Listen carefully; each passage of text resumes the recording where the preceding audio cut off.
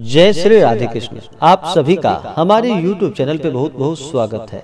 आइए आज सुनते हैं बसंत पंचमी सरस्वती पूजा माता सरस्वती की कथा। सबसे पहले तो आप सभी भक्तों को बसंत पंचमी सरस्वती पूजा की ढेर सारी शुभकामनाएं।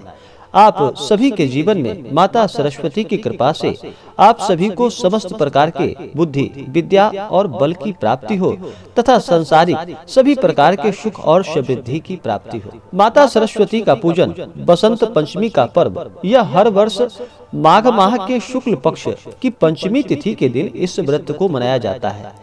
इस दिन माता सरस्वती का पूजन किया जाता है, जो कि ज्ञान की देवी है, सुर और वाद्य यंत्रों की देवी मानी जाती है। इन्हें कई नामों से भी जाना जाता है, जैसे कि इन्हें सरस्वती, वीणादायिनी, माँ शारदे, विद्यादानी आदि कई नामों से माता सरस्वती को जाना जाता है। माता सरस्वती अपने भक्तों की सभी इच्छाओं को पूर्ण करने वाली है, ज्ञान प्रदान करने वाली है। जो भी सच्ची श्रद्धा के साथ नियम और निष्ठा के साथ बसंत पंचमी के दिन माता सरस्वती का पूजन करते हैं, माता सरस्वती की कृपा से उन्हें ज्ञान विद्या की प्राप्ति होती है तथा सभी प्रकार के सुख और समृद्धि की प्राप्ति होती है। जब मनुष्य के पास ज्ञान होता है, उसी ज्ञान के बदौलत मनुष्य कुछ भी कर पाने में संभव होते हैं और उसी ज्ञान से उन्हें सभी प्रकार के सुख समृद्धि की प्राप्ति होती है।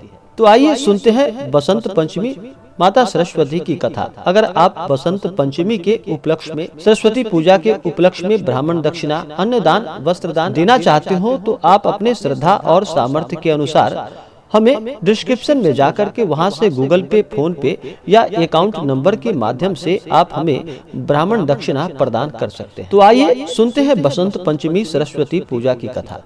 तो बोलिए प्रेम से माता सरस्वती की जय, वीणादायिनी माता की जय। बसंत पंचमी का दिन पढ़ाई लिखाई की शुरुआत के लिए बड़ा ही अच्छा माना जाता है। छोटे बच्चों को इस दिन अक्षर का ज्ञान कराया जाता है और माना जाता है कि इससे वे पढ़ाई में अच्छे होते हैं। किसी दूसरे काम की शुरुआत करने को भी इस दिन को शुभ माना जाता है। इस त्योहार पर पीले रंग का बड़ा ही विशेष महत्व माना गया है, क्योंकि बसंत का पीला रंग समृद्धि, ऊर्जा, प्रकाश और आशावाद का प्रतीक है। इसलिए इस दिन पीले रंग का बड़ा ही विशेष महत्व होता है।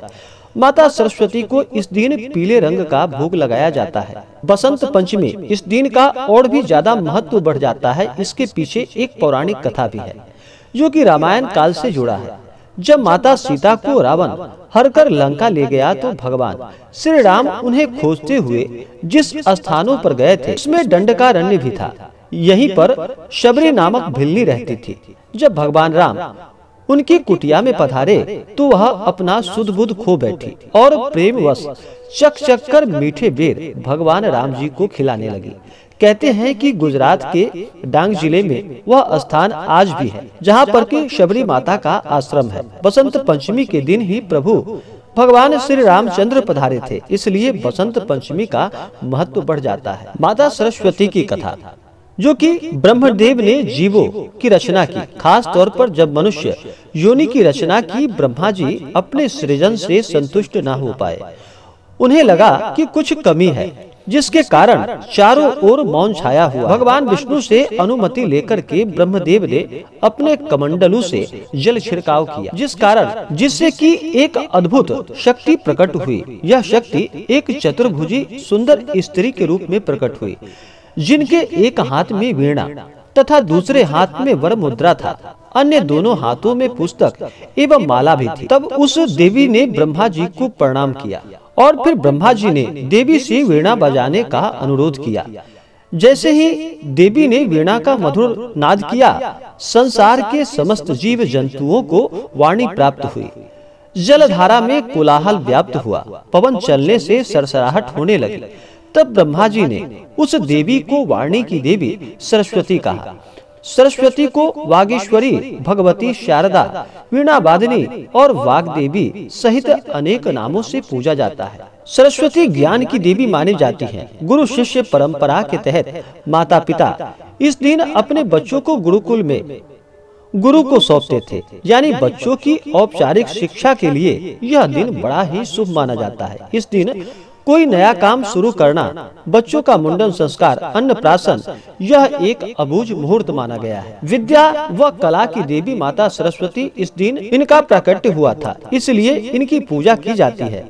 जो भी विद्या प्राप्त करना चाहते हो, संगीत, वाद्य यंत्रों को बजाना चाहते हो, वो माता सरस्वती का इस दिन खास करके पूजन करते हैं।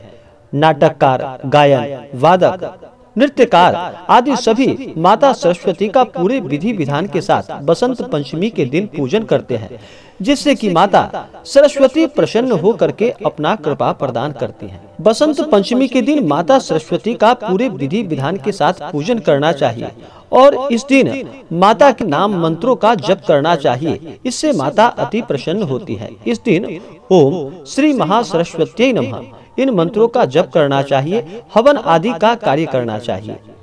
स्त्रियां ओम की जगह श्री का प्रयोग, स्त्रियां ओम का उच्चारण ना करें।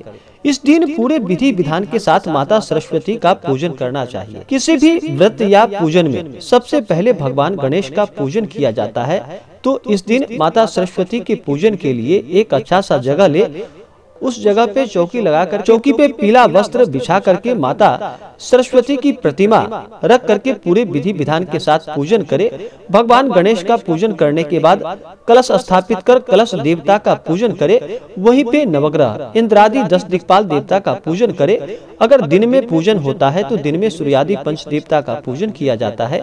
रात्रि में पूजन होने पर गणपत्यादि पंच देवता का पूजन किया जाता है, तो इनका पूजन करे। उसके बाद भगवान विष्णु का पूजन करे। फिर चतुर्षष्ठी योगिनी खोड़स मातृका का पूजन करना चाहिए और उसके बाद फिर माता सरस्वती का पूजन करना चाहिए। माता सरस्वती को विशेष प्रकार से इस दिन उनके ऊपर शुद्ध जल चढ़ाना चाहिए। उसके बाद पंचामृत से माता को स्नान करवाना चाहिए। फिर शुद्ध गंगा जल चढ़ाना चाहिए। माता को वस्त्र, सफेद वस्त्र या पीला वस्त्र माता को अर्पित करनी चाहिए। उसके बाद अक्षत, चंदन, पुष्पों की माला माता सरस्वती को अर्पित करनी चाहिए। स्त्रियां माता सरस्वती को सिंदूर चढ़ाएं और पुरुष माता सरस्वती को चंदन अर्पित करें। उसके बाद माता को धूप और दीप दिखाने चाहिए। अनेक प्रकार का नैवेद्य विशेष करके पीला वस्तु माता को अर्पित करनी चाहिए, जैसे कि बूंदिया, लड्डू आदि माता को अर्पित करनी चाहिए। ऋतु फल के अनुसार जितने भी प्रकार के फल हो या मिष्ठान हो, माता को अपनी श्रद्धा और सामर्थ्य के अनुसार अर्पित करने चाहिए। मिश्रित खीर भी बना करके माता को अर्पित करनी चाहिए। इससे माता अति प्रसन्न होती है।